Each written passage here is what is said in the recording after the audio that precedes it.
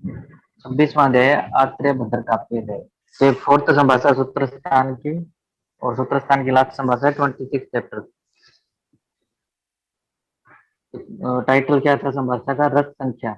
ये कौन, कितने रस, रस कितने होते हैं टोटल? तो इस पर जो के संभाषा की ये टोटल चारे कितने थे? 10। स्थान क्या था? चैत्ररथ नामक वन। तो सबसे पहले एक रस किसने माना है? भद्र काव्य ने। इन्होंने कहा है कि रस एक ही और वो जल है, जल को ही रस माना है इन्होंने। सेकंड है शकुंत्य।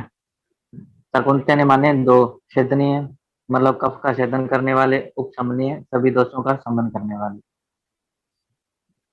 फिर मोदगल्य पूर्णाक्ष ने माने तीन, छेदनीय, उपशमनीय और साधारण। तो ऊपर वाले दो थर्ड साधारण ऐड कर दिया।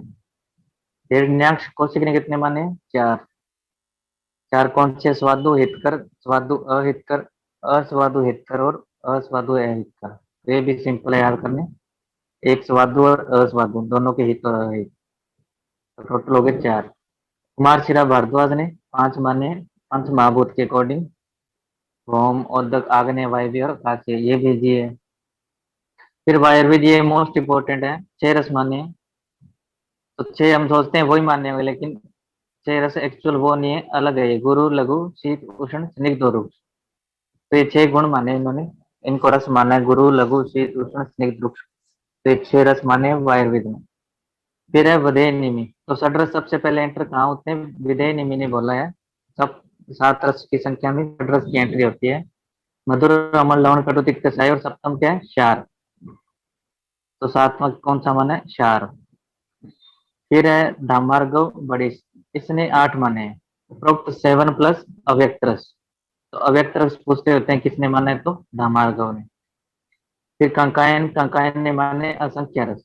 तो असंख्य रस कंकायन ने माने। फिर सबको, सबका कंक्लूजन करके पुनर्वसु आत्रेय ने छह रस जो ओरिजिनल है वो बताएं कि मधुर, अम्ल, लवण, कटु, तिक्त, कसाई, ये छह रस होते हैं। तो इसको एक ये यहाँ पर फार्मूला दिया है, इससे भी याद कर सकते हैं हम कि भद्र शकुंतला मोहित हुई हिरण पर, कुमार वीर ने धर पकड़ा। तो भद्र से भद्र का पे फर्स्ट है तो एक, शकुंतले सेकंड में वर्ड है तो दो, संख्या दो। मोहित हुई तीन, मोदगल्य पूर्णाक्ष। मोहित हुई से मोदगल्य पूर्णाक्ष। हिरण पर मतलब हिरण्याक्ष चार। कुमार से पांच, कुमार शिरा भारद्वाज। वीर से वायुर्विद छह। ने से विधेय निमि सात। और धर पकड़ा, धर से धमार्गव, ये हो गए आठ। और कक्कड़ असंख्य मतलब कंकाइन का असंख्य याद रखना। फिर पुनर्वसु आत्रेय ने जो छह ओरिजिनल है उनको कंक्लूड करके छह बताते हैं। फिर आगे रस की योनि। तो सभी छह रसों की योनि जल को माना है, भी जल की उत्पत्ति है, तो सभी रसों की योनि जल माना है। फिर क्या? द्रव्य की पंच भौतिकता। इसमें क्या है कि संसार में विद्यमान द्रव्य दो तरह के होते हैं, चेतन और अचेतन। और सभी द्रव्य पंच भौतिक होते हैं।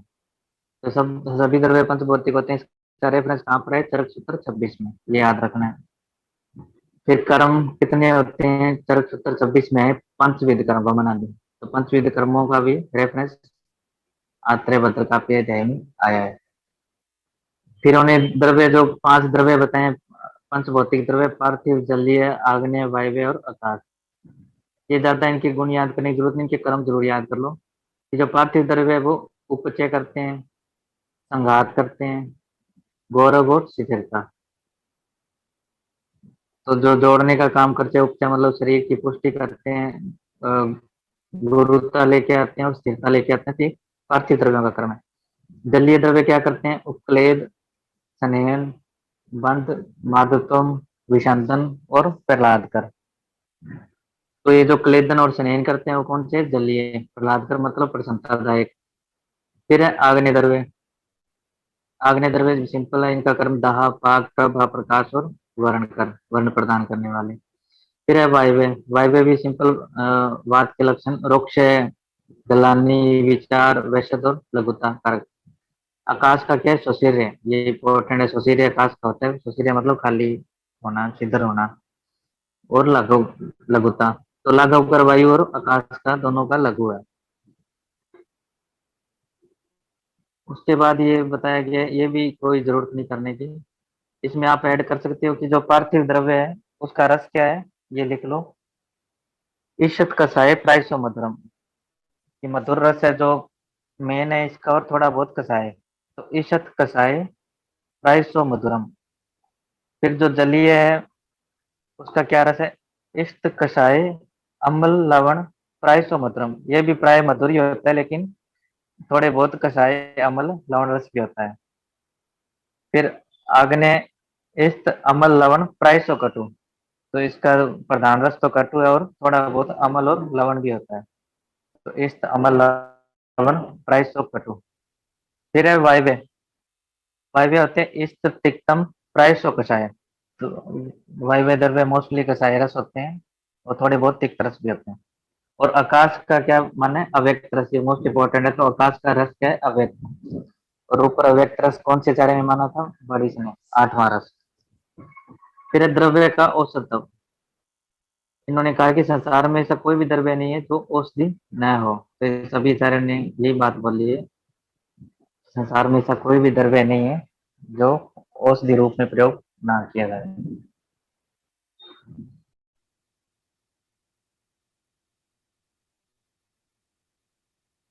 तो आगे ये सारी डेफिनेशन मोस्ट इंपोर्टेंट है, छह की छह। कर्म क्या होते हैं, यत कुर्वन्ति तत् कर्म। मतलब जो कार्य किया जाए उसे कर्म कहते हैं। यत कुर्वन्ति तत् कर्म। वीर्य क्या है, येन कुर्वन्ति तद वीर्य। येन मतलब जिससे करते हैं उसे वीर्य कहते हैं। येन मतलब जिसके थ्रू हम करते हैं उसे वीर्य कहते हैं। फिर है अधिकरण। अधिकरण है यत्र कुर्वन्ति तद अधिकरण। यत्र का मतलब होता है कर्म क्षेत्र, या जो जगह जहां पर हम कर्म करते हैं। तो जहां हम अपना प्रभाव दिखाते हैं वो क्या, अधिकरण। यत्र कुर्वन्ति तद अधिकरण। तो यत्र जहां पर कर्म किया जाता है, जहां जिस क्षेत्र में कर्म किया जाता है वो अधिकरण है। तो अधिकरण है कर्म क्षेत्र। फिर है काल। काल यदा। यदा कुर्वन्ति स काल। तो यदा का मतलब होता है जब। जब कर्म किया जाए वह काल है, जब। तो यदा से जब। जब कार्य करते हैं वह काल है। फिर है यथा कुर्वन्ति स उपाय। यथा से मतलब जिस प्रकार करते हैं। जिस प्रकार करते हैं वह उपाय है। यथा कुर्वन्ति स उपाय। फिर है यत् साधयन्ति तत्फलम। जिस कार्य को सिद्ध करते हैं वह फल है। साधयन्ति मतलब सिद्ध करना, तो अगर साधयन्ति वर्ड है तो वो फल है। जिससे कार्य को सिद्ध करते हैं वह फल है। तो यत् कुर्वन्ति तत्कर्म। येन मतलब वीर्य। यत्र अगर आए तो अधिकरण।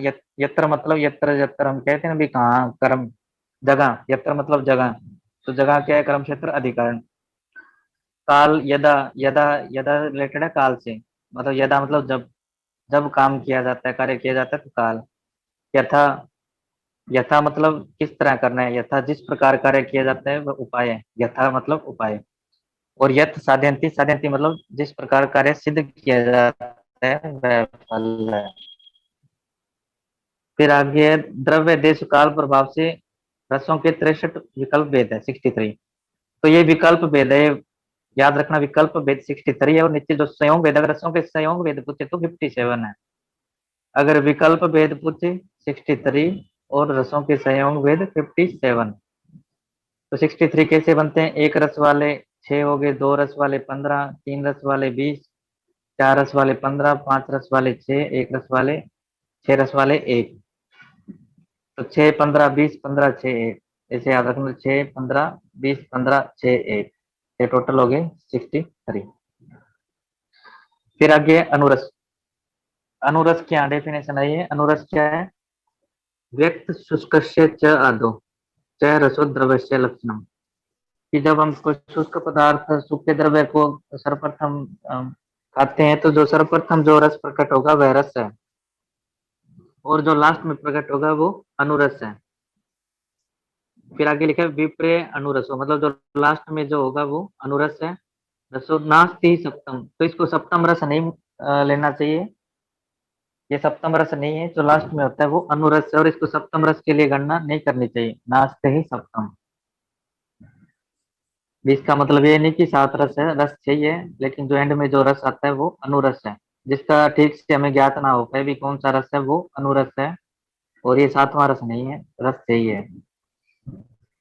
फिर आगे पराधी गुण। पराधी गुण टोटल होते हैं 10। तो पराधी गुण का क्या प्रयोजन होता है, ये चिकित्सा सिद्धि में, चिकित्सा की सिद्धि के उपाय में सहायक होते हैं। तो चिकित्सा सिद्धि के उपाय में सहायक होते हैं पराधी गुण। सिद्ध उपाय चिकित्सा, तो ये कौन से गुण होते हैं, पराधी गुण टोटल कितने हैं, 10 है। पर अपर युक्ति संख्या संयोग विभाग पृथकत्व परिमाण संस्कार और अभ्यास। पर और अपर क्या होते हैं, पर मतलब प्राधान्य, अपर मतलब अप्रधान्य, कि देश काल आयु मान विपाक में जो श्रेष्ठ या प्रधान हो वो पर है, और जो अप्रधान हो निकृष्ट हो वो अपर है। युक्ति क्या होती है, युक्ति कहते हैं योजना को, कि देश काल प्रकृति इसकी को युक्ति बनाकर ही फिर रोगी का ट्रीटमेंट करना, तो युक्ति होती है योजना। संख्या जैसे संख्या से याद गणितम, मतलब एक दो तीन चार, ये जो क्या है संख्या है। फिर है संयोग। संयोग होता है कोई दो द्रव्यों को या ज्यादा द्रव्यों को एक साथ मिलाना, तो उसको संयोग कहा है। इसके कितने भेद माने, तीन माने। तो कई बार पूछ लेते हैं संयोगज द्रव्यों के कितने भेद है, तीन है। द्वंद कर्मज, सर्व कर्मज और एक कर्मज।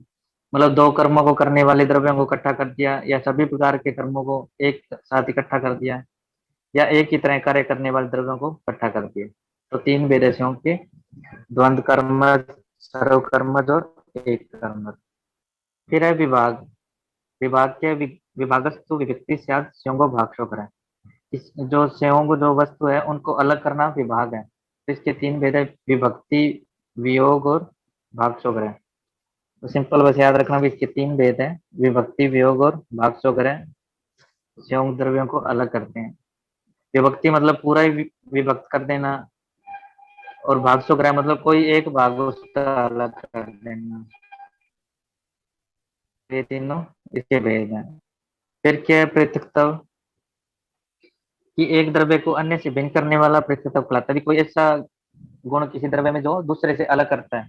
तो ये तीन प्रकार के असंयोग वे लक्षण थे, अनेकता। असंयोग मतलब उनका संयोग ही ना हो पाए। वे लक्षण थे मतलब उनके लक्षण अलग अलग हो तो वो इकट्ठे नहीं हो सकते। अनेकता मतलब बहुत ज्यादा है तो इकट्ठे नहीं हो सकते। तो पृथकत्व कितने तरह के होते हैं, तीन, असंयोग, वे लक्षण है और अनेकता। फिर है परिमाण। परिणाम, परिमाण है किसी वस्तु की मात्रा जानी जाती है, उसे परिमाण कहते हैं। मान, परिमाण मतलब मान, जिससे किसी वस्तु की मात्रा मापी जा सके, वो है परिमाण। फिर है संस्कार।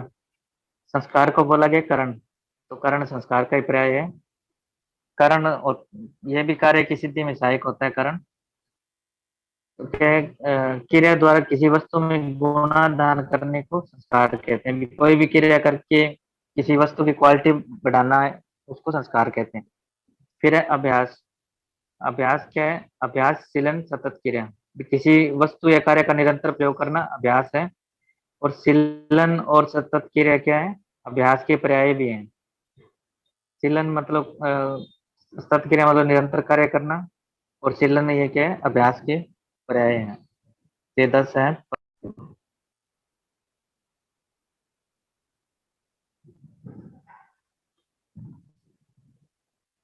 आगे षड्रस प्रकरण। तो सबसे पहले यहाँ आंतरिक जल के गुण दिए गए हैं। सौम्य स्वभाव से शीतल, लघु और अव्यक्त रस वाला होता है, आंतरिक जल के गुण है। ये लघु उत्तर अव्यक्त रस माना है आंतरिक जल का। उसके बाद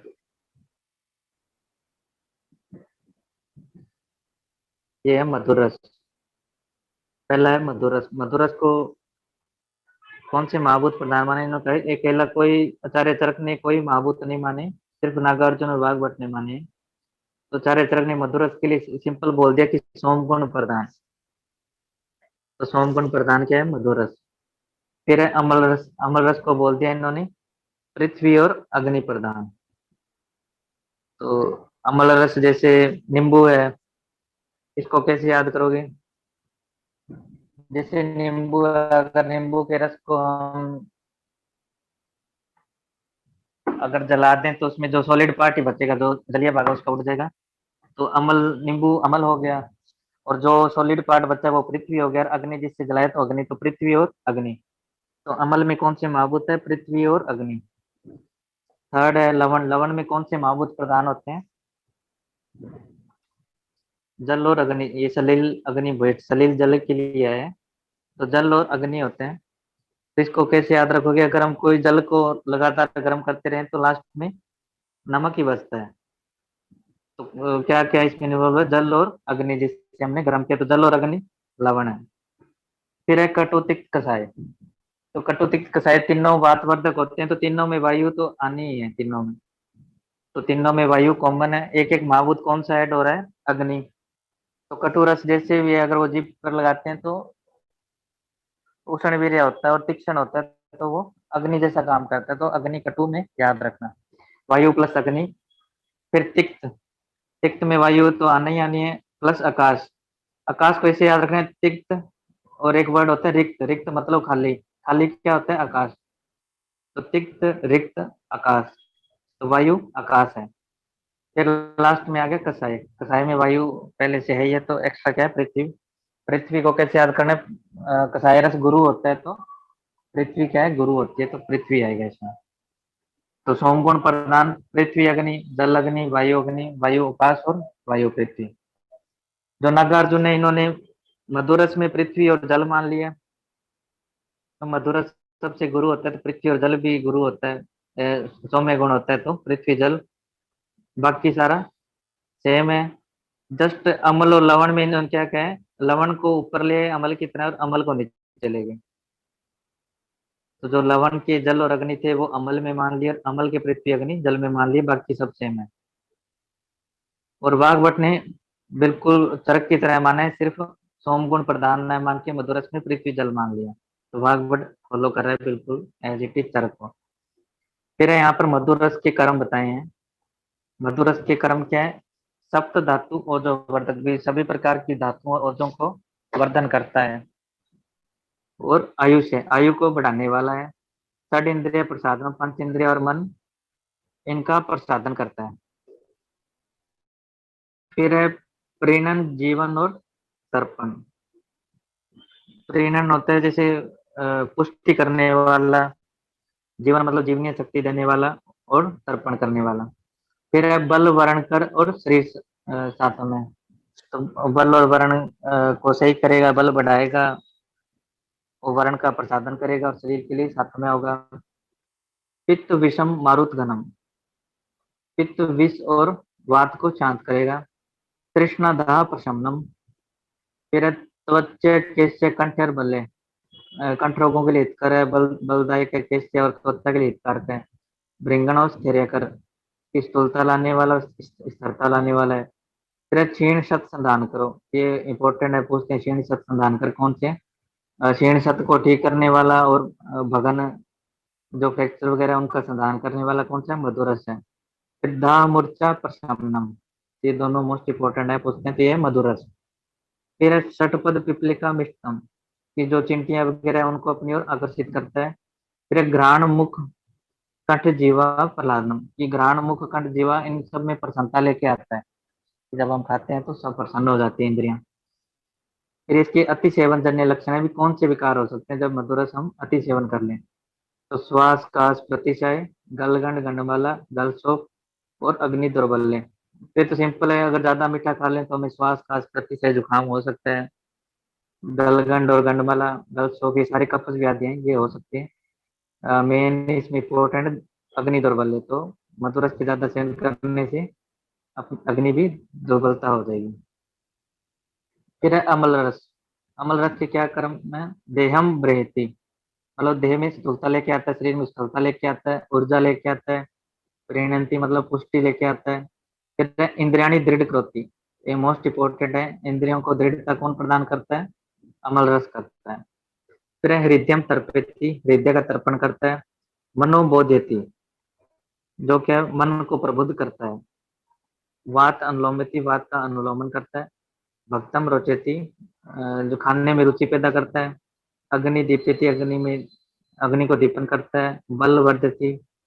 फिर भुक्तम अपकर्षण, भुक्तम अपकर्षण होता है कि खाने को अमाशय तक लेकर जाता है। अपकर्षण होता है खींचना, कि खाने को नीचे तक खींच कर ले जाता है। तो भुक्तम उपकर्षण मोस्ट इंपोर्टेंट है किसका है, अम्ल रस है। और इंद्रियाणी दृढ़ करोति क्या है, अम्ल रस है। फिर है क्लेदयति, मतलब क्लेदन उत्पन्न करता है। जरियति मतलब भोजन को पचाता है। फिर है आश्चर्य श्रावयति, आश्चर्य श्रावयति मतलब मुख में लाला श्राव कराता है। तो आश्चर्य श्रावयति लवण रस में भी है, दोनों में कॉमन है आश्चर्य श्रावयति। फिर है अति सेवन से, अम्ल रस के अति सेवन से क्या हो सकता है, अगर हम ज्यादा खट्टा मुंह में रख लें तो दंतान हर्षति, कि दांतों में हर्षण हो जाएगा। त्रस्यति मतलब ज्यादा तृष्णा लगेगी, प्यास लगेगी। फिर है सम्मिलित अक्षिणी, अगर हम ज्यादा खट्टा मुंह में रख लें तो अपनी आंखें बंद हो जाएगी। सम्मिलित अक्षिणी। रक्तम दूषयति, तो जो रक्त है वो दूषित हो जाएगा। मांस विदहति, मांस में दाव उत्पन्न हो जाएगी। काय स्थिल करोति, पूरे शरीर में ढीलापन हो जाएगा। तो इसके दंतान हर्षति, तरसति, आंखों का बंद होना। रक्तम दूषयति, तो रक्तम दूषयति मोस्ट इंपोर्टेंट है इसका विकार। तो अम्ल रस के अतिसेवन से रक्त दूषित हो जाएगा। फिर है लवण रस के कर्म। लवण रस है चैवनम छेदन भेदन तीक्ष्ण शरम, तो कफ का छेदन करेगा, मल का भेदन करेगा, तीक्ष्ण होगा। सर्वरस प्रत्यानिक भूत, सर्वरस प्रत्यानिक भूत है भी, सभी रस इसके बिना फीके लगेंगे, या सभी रसों का अतिक्रमण करेगा। सर्वरस प्रत्यानिक भूत मतलब लवण रस के बिना सभी रस फीके लगेंगे। फिर है स्तब्ध बंध संगात विधमन। स्तब्ध मतलब कोई जकड़न हो गया, बंध मतलब मल बंध, संघात मतलब दोष इकट्ठे हो गए तो इनको दूर करेगा। तो स्तंभ बंध संघात को दूर करेगा। फिर संशय अवकाश करो, संशय मतलब मल को बाहर निकालेगा, और अवकाश करो मतलब खाली जगह करेगा, अवकाश पैदा करेगा। तो संशय अवकाश करो। फिर है वात तर्क कफ विसंधन, वात का हरण करेगा, कफ को बाहर निकालेगा। फिर क्या, रोच्य आहार में रुचि पैदा करेगा, दीपन पाचन करेगा। मार्गान विशोधित, ये इंपॉर्टेंट है इसका, कि जो स्त्रोतों मार्ग है उनको शोधन करेगा। फिर है आहार योगी, आहार योगी क्या है, लवण से। फिर क्या है, क्लेदन। फिर सर्व शरीर अवयन मृदु करोति, भी सभी शरीर के जो अंग है उनमें मृदुता सुखपन लेके आएगा। फिर आशय श्रावयति, मुख से लाला श्राव करेगा। अति सेवन से क्या होगा, मूर्छति, ताप्यति, ताप्यति मतलब शरीर का तापमान बढ़ जाएगा, संताप पैदा कर देगा। दार्यति, दार्यति मतलब वेदन कर देगा, कफ का ज्यादा ही वेदन कर देगा, फाड़ देगा। फिर क्या, रक्तम वर्धयति, तो रक्त दूषयति अम्ल रस है, और रक्तम वर्धयति भी रक्त की मात्रा किससे बढ़ेगी, लवण रस से। रक्तम वर्धयति क्या है, दूषित रक्त की मात्रा बढ़ेगी इसमें। तो रक्तम वर्धयति क्या है, लवण रस, और रक्तम दूषयति अम्ल रस। फिर है विषम वर्धयति, तो अगर विष रोग गया तो उसमें विष की और वृद्धि हो जाएगी लवण रस से। फिर है पुषंत्व उपपंथी, इंपोर्टेंसी लेके आएगा। फिर क्या, सोफान स्फोटयति, भी सौंफ, जो कोई भी सौंफ है मतलब कोई फोड़ा है उन्हें फाड़ देगा, उन्हें जल्दी पका के फोड़ देगा, स्फोटयति। फिर क्या, इंद्रियाणी उपरोध, इंद्रियों में उपरोध अवरोध उत्पन्न कर देगा। तो इंद्रियाणी दृढ़ करोति अमल रस था, और षड इंद्रिय प्रसादनम मधुरस, और इंद्रियाणी इंद्रियों में उपरोध करने वाला लवण रस है। तो इंद्रियों से रिलेटेड तीनों ये इंपॉर्टेंट है, षड इंद्रिय प्रसादनम मधुरस, इंद्रियाणी दृढ़ करोति अमल रस, और इंद्रियों में अपरोध उत्पन्न करना लवण रस। फिर है कटुरस, कटुरस का क्या कर्म है, वक्त्र शोधयति, वक्त्र मतलब मुख, मुख का शोधन करता है। अग्नि का दीपन करता है। भोजन में रुचि पैदा करता है। भुक्तम शोषित, जो खाया हुआ है उसका उसको सुखा देता है, जल्दी से उसका पाचन कर देता है। शोणित संघात विनति, जो कहीं पर रक्त इकट्ठा हुआ है, दुष्ट रक्त इकट्ठा हुआ है, उसको संघात को भिन्न करेगा, उसको तोड़ेगा, अलग करेगा। स्फुटित करोति इंद्रियाणी, तो इसमें इंद्रियों से रिलेटेड क्या है, स्फुटित करोति। तो इंद्रियों में स्फुटन कौन करेगा, कटुरस करेगा। इंद्रियों का प्रसादन मधुरस करेगा। इंद्रियाणी दृढ़ करोति अमल रस है, और इंद्रियों में अवरोध उत्पन्न लवण रस करेगा। चक्षु विरेचति, कटुरस खाने से आंखों में पानी आएगा। स्नेह स्वेद क्लेद मल उपंती, स्नेह स्वेद और क्लेद और मल को हरण करेगा। कंडु का विनाश करेगा। तो कंडु विनाशति कौन सा रस है, मोस्ट इंपोर्टेंट है, तो कटुरस है। वर्णान अवसादेति, मतलब कोई फोड़ा वगैरह कोई वर्ण है उसको अवसादन मतलब बैठाना, उसको बैठा देगा। अगर कोई सूजन है या कोई वर्ण है, कोई फोड़ा है, तो उसको अवसादन मतलब उसको बिठा देगा। फिर है कृमि हिनस्ती कृमियों को हरण करेगा। अगर किसी को कृमि रोग है तो वो मर जाएंगे, दूर हो जाएंगे। फिर अति सेवन क्या आएगा, गलायपति मतलब हर्ष से ग्लानि पैदा करेगा, हर्ष से हो जाएगा। मूर्छा आ जाएगी। नमेति मतलब शरीर आगे की तरफ झुक जाएगा। भ्रमिति मतलब चक्कर आएगा। और तृष्णा, तो नमेति, नमेति किस में आएगा, कटुरस में आएगा। मूर्छा, नमेति, भ्रमिति ये पूछ लेते हैं तीनों, तो ये अति कटुरस सेवन से है। फिर है तिक्त रस सेवन। तिक्त रस सेवन है सवयं अरोचि उष्णम अरोचक गनो, भी समय अरोचक होते हुए भी भोजन में रुचि पैदा करने वाला होता है। भी समय खाने में ठीक नहीं होता, फिर भी ये इसको खाने से भोजन में रुचि पैदा हो जाती है। फिर है मूर्छा, धा, कंडु, कुष्ठ, तृष्णा, इन तीनों को शांत करेगा। मूर्छा हर है, धा को शांत करेगा, कंडू और कुष्ठ को दूर करेगा, और तृष्णा प्रशमनम। कंडु विनाश्यति था कटुरस, और कंडु कुष्ठ तृष्णा प्रशमनम क्या है, तिक्तरस। फिर त्वचा मांसो शिथिलीकरण, त्वचा और मांस में स्थिरता लेके आएगा। दीपन पाचन है। विषगन, तो विषगन है तिक्तरस। कृमिगन, कृमि कटुरस में भी आया था, कृमि हीनस्ती। ज्वर गण और स्तन्य शोधन अकेला तिक्त में आया है, तो मोस्ट इंपोर्टेंट है। ज्वर गण और स्तन्य शोधन रस कौन सा होता है, तिक्त, तिक्तरस और लेखन। ज्वर गण स्तन्य शोधन लेखन होते हैं तिक्तरस। फिर के क्लेद मेदो वसा मजा लसिका पुए स्वेद मूत्र उपशोषणम, ये जो सभी ये क्लेद मजा वसा है उनका शोषण करेगा। जितनी भी ये क्लेद मेदो मसा वजा लसिका, जितनी भी ये रस रस से रिलेटेड जो धातुएं हैं उनका शोषण करेगा। अति सेवन से क्या होगा, जो स्रोत है अपने बॉडी को उसमें खरता खरता उत्पन्न करेगा, ड्राइनेस करेगा। फिर कृष्यति, कृष्ण कमजोरी लेके आएगा बॉडी में। मोहेती, मोह पैदा करेगा। भ्रमिति मतलब चक्कर आएंगे। ग्लपिति मतलब हर्ष से ग्लानि पैदा करेगा। वदनम उपशोषति मतलब मुख मुख को सुखा देगा। फिर है कसाय रस, तो सशमनम, सभी प्रकार के दोषों का शमन कौन सा करेगा, कसाय रस। तो ये भी मोस्ट इम्पोर्टेंट है। सशमनम किसका कर्म है, कसाय रस। संधान कर, तो जोड़ने वाला जो भगन है, अस्थि संघात सब कौन करेगा, कसाय रस करेगा। तो सशमनम संधान कर दोनों यूनिक इसके कसाय रस क्या है।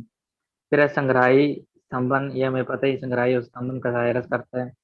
पीड़न, पीड़न होता है, हम अगर किसी चौथ पर इसको लगा देंगे तो ये उसको टाइट कर देगा और उसमें जो पस वगैरह वो बाहर निकाल देगा। पीड़न मतलब उसको दबा देगा, तो सूखने पर ये स्तंभक संग्राही हो जाएगा, उसको जकड़ देगा और जो पस वगैरह वो बाहर आ जाएगी।